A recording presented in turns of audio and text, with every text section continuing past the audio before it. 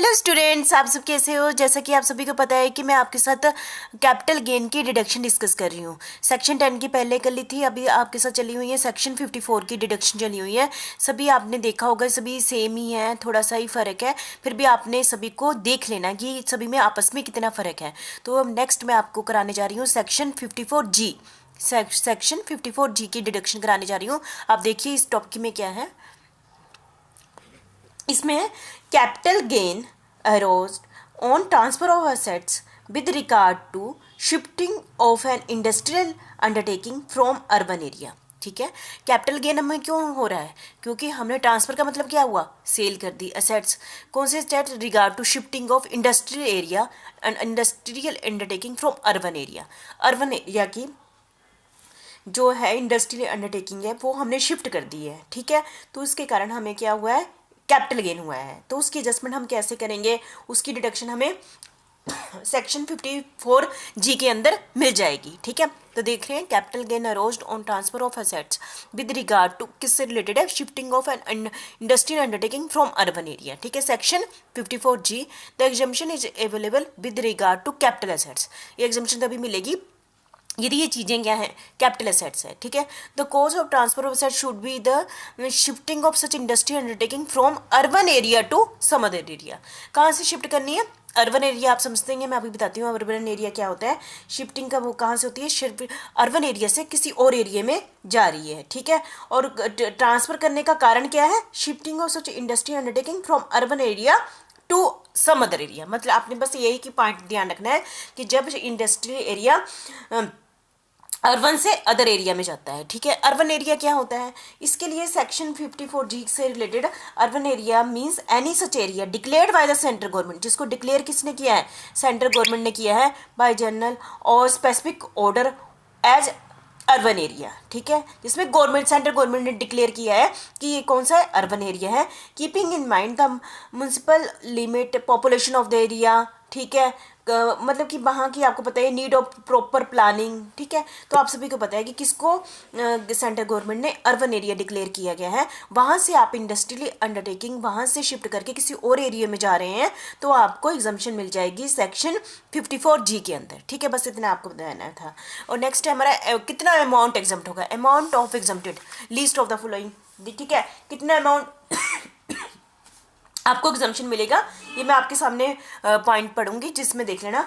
The amount of capital gain arosed on transfer of assets with regard to shifting of industrial undertaking from urban area. जितना भी हमें capital gain हुआ है, सबसे पहले सीधी पूरी बात नहीं, बस सीधी बात है, जैसे हमें पिछली भी वीडियो में मैंने आपके साथ यही डिस्कस किया है। जितना भी पहला पॉइंट यही होता है, जब दोनों ने सभी में से मिनिमम निकालो तो पहला पॉइंट यही होता है कि कैपिटल गेन कितना है। ठीक है, दूसरा है कॉस्ट ऑफ एक्सपेंसेस, जो मैंने पैसे खर्चे हैं, जैसे कि परचेज ऑफ न्यू, मैंने शिफ्ट किया ना अर्बन एरिया से दूसरे एरिया में, तो जब मैंने दूसरे एरिया में गई तब मैंने पैसे जो खर्चे हैं, purchase of new plant and machinery for the purpose of industrial undertaking in the area of to which the said undertaking in shifted, जहाँ पर मैंने शिफ्ट किया है वहाँ पर मैंने जो पैसे खर्चे हैं वो, और acquiring the building land construction new building for the purpose of business in the said area. मतलब टोटल जो मैंने यहाँ से पैसा लिया, मैंने कैपिटल गेन किया और दूसरे एरिया में चली गई, वहाँ पर मैंने प्लांट मशीनरी बिल्डिंग सब कुछ खरीदा, तो उसकी जो कॉस्ट पड़ी है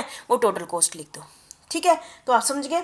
सच other purpose as may be specified in the scheme framed by the central government for the purpose of this section. ठीक है, अब आप समझ गए, तो मुझे लगता है कि आप समझ गए होंगे।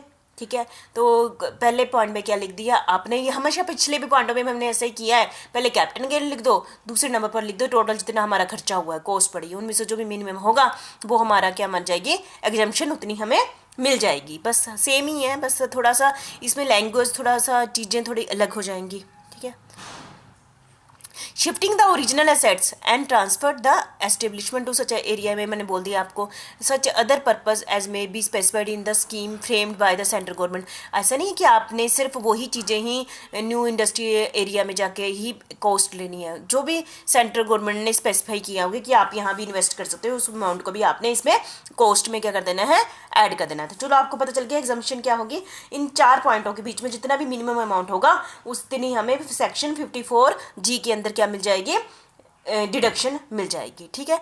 टाइमिंग फॉर क्लेमिंग एग्जम्पशन, आप सभी को पता है जैसे हाउस प्रॉपर्टी के टाइम में हम क्लेमिंग कब कब कर सकते हैं, है ना। तो in case of purchase of a new residential area में हम करते थे, यहाँ पर अलग सिस्टम है। Within the reference to provision of this section 54G it will be within a period of 1 साल पहले, ए 1 ईयर बिफोर, जब मैंने अपना, सुनिए आप ध्यान से सुनिए, जब मैं अर्बन एरिया से इंडस्ट्रियल अंडरटेकिंग शिफ्ट कर रही हूँ किसी अदर एरिया में, ठीक है, आपको पता चल गया। जब मैंने शिफ्ट किया, ट्रांसफ़र किया, ठीक है, तो उसके जब मैंने अपना पुराने वाला इंडस्ट्रियल एरिया ट्रांसफ़र किया उसके 1 साल पहले और उसके बाद के 3 साल बाद तक के बीच में मैं ये वाला प्रोविज़न मुझे मिलेगा। ठीक है। तो हमें टाइम मिलता है ना कि मैं नए के लिए मुझे कितना, कब तक टाइम मिलेगा। जब मैंने ट्रांसफ़र किया उसके पहले के 1 साल के बीच में मैं कभी भी ले सकती हूँ और अगले 3 साल के बीच में मैं कभी भी ले सकती हूँ, जैसा कि मैंने पहले आपको रेजिडेंशियल हाउस में भी कराया था ना। ठीक है। तो आपको पता चल गया होगा। ठीक है। Purchase new planner machinery for the purpose of industry undertaking in the area to which the said undertaking, मतलब नई जगह मैंने प्लानर मशीनरी कितने टाइम पीरियड के बीच में ले सकती हूँ, ट्रांसफ़र के बाद 3 साल में बाद ले सकते हैं। एक्वायरिंग बिल्डिंग, है ना, shifting the original assets and transfer the establishment to such area, इनका एक्सपेंसेस। तो मतलब कि सारी मुझे जो टाइम कितना मुझे मिलेगा ये ट्रांसफ़र के पहले के 1 साल के बीच में और ट्रांसफ़र के अगले 3 साल के बीच में मैं क्या कर सकती हूँ, ये कंसेप्ट कर सकती हूँ। ठीक है। तो आप समझ गए होंगे। Provision regarding capital gain deposit scheme, है ना। कैपिटल गेन डिपॉजिट स्कीम क्या होती है? कैपिटल गेन डिपॉजिट स्कीम जैसे कि हमने पहले भी पढ़ा है, जैसे आपको पता है जो न्यू इंडस्ट्री एरिया है, जब मैंने पुरानी इंडस्ट्री एरिया बेची है, ठीक है, ट्रांसफ़र की है, तो मैं कब ट्रांसफ़र कर सकती हूँ, नया कब खरीद सकती हूँ? उसके 1 साल पहले और 3 साल के बाद के बीच में मैं नया ले सकती हूँ। यदि उसके बीच में जैसे ही उसके पास ट्रांसफ़र से पैसा आता है, पुराने वाली इंडस्ट्री अंडरटेकिंग को ट्रांसफ़र करने से जो भी पैसा आता है, तो ऐसा ज़रूरी नहीं है कि वो उसी समय न्यू बिल्डिंग खरीद लिए, न्यू प्लांट है मशीन खरीद लिए, उसके लिए टाइम लगता है ना। तो उतना टाइम पीरियड के बीच में तो मुझे पैसा कहाँ रखना पड़ता है, जैसे कि पहले भी हमने डिस्कस कर लिया है, capital gain deposit scheme with SBI। हमने पैसा कहाँ रखना होता है? Capital gain deposit scheme with SBI के अंदर रखना पड़ता है। कितने टाइम पीरियड के लिए हम पैसा इसमें रख सकते हैं? मैक्सिमम 3 साल के लिए कर सकते हैं। यदि can draw any time for investment in land and building. ठीक है। तो ये इसको हम कितने टाइम पीरियड के बीच में, हम इन 3 सालों के बीच में कभी भी पैसा निकाल के नई न्यू अंडरटेकिंग में पैसा हम क्या कर सकते हैं? इन्वेस्ट कर सकते हैं। ठीक है। मतलब कि हम न्यू अंडरटेकिंग में 3 साल के अंदर पैसा निकालेंगे और वहाँ पर लगा देंगे। ठीक है। आफ्टर एक्सपायरी ऑफ 3 ईयर, 3 साल के बाद यदि टाइम पीरियड क्या हो जाता है, ख़त्म हो जाता है, तो मुझे जो कैपिटल गेन की जो एग्जम्पशन ऊपर मिली है, कौन से सेक्शन के अंडर? सेक्शन 54G के अंदर मिली है, वो क्या हो जाएगी? नहीं मिलेगी। फिर जो हमने जो कैपिटल गेन है उसको क्या मान लेंगे? डीम्ड कैपिटल गेन मान लेंगे। उसको क्या मान लेंगे हम? डीम्ड कैपिटल पे मान लेंगे। और इस कैपिटल गेन पर मैं क्या दूंगी? टैक्स दूंगी, टू पे कैपिटल गेन टैक्स। ठीक है। तो आप सभी को पता चल गया, जब तक हमने नया न्यू इंडस्ट्रियल एरिया नहीं ले लेते तब तक हमने कैपिटल गेन डिपॉजिट स्कीम में इसमें पैसा लगा देना है। कितने टाइम पीरियड के लिए लगाना है? 3 साल के लिए लगाना है। यदि 3 साल तक हम न्यू इंडस्ट्री एरिया नहीं लेते हैं तो तब ये जो मुझे बेनिफिट मिला है, कैपिटल गेन की एग्जम्पशन मिली है, वो क्या हो जाएगी? लैप्स हो जाएगी। और फिर क्या होगी? मुझे इस पर क्या देना पड़ेगा? टैक्स देना पड़ेगा। ठीक है।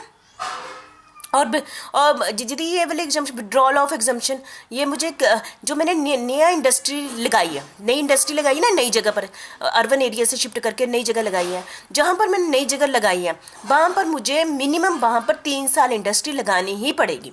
ठीक है। और यदि मैं 3 साल के अंदर फिर वो वाली इंडस्ट्री क्या करती, बेच देती हूँ, तो मुझे ये वाली जो एग्जम्पशन पिछली मिली हुई है कैपिटल गेन की, वो क्या हो जाएगी? विड्रॉ हो जाएगी और उस पर मुझे क्या देना पड़ेगा? टैक्स देना पड़ेगा। ठीक है। ये सेम टू सेम वैसी ही है जैसे कि हमने पहले की थी। हमारा टॉपिक क्या था? जब कोई एसएससी अपनी इंडस्ट्री एरिया अर्बन एरिया से शिफ्ट करके किसी अदर एरिया में जाता है और उससे जो भी कैपिटल गेन होता है उसको अंडर सेक्शन 54G के अंदर क्या मिल जाएगी? एग्जम्पशन मिल जाएगी। ठीक है। और ये कितने टाइम पीरियड के बीच में वो इस टाइप की न्यू इंडस्ट्री लगा सकता है? अब जब उसने ट्रांसफ़र की उससे पहले 1 साल के अंदर अंदर और उसके ट्रांसफ़र के अगले 3 साल के अंदर अंदर वो न्यू इंडस्ट्री लगा सकता है। ठीक है। और वो 3 साल के लिए वो पैसा SBI के अंदर डिपॉजिट करा सकता है। ये 3 साल बीत जाते हैं और उसने नई इंडस्ट्री नहीं ली है तो उस पर क्या देना पड़ेगा? उसको टैक्स देना पड़ेगा। यदि उसने नई इंडस्ट्री लगा ली है, ठीक है, तो उसको नई इंडस्ट्री 3 साल तक रखनी पड़ेगी। ये तो 3 साल के बीच में फिर नई वाली बेच देता है तो उसको जो एग्जेम्पशन मिली थी वो क्या हो जाएगी, टैक्सेबल हो जाएगी। ठीक है, तो ये टॉपिक आपने अच्छे ढंग से कर लेना। Thank you very much.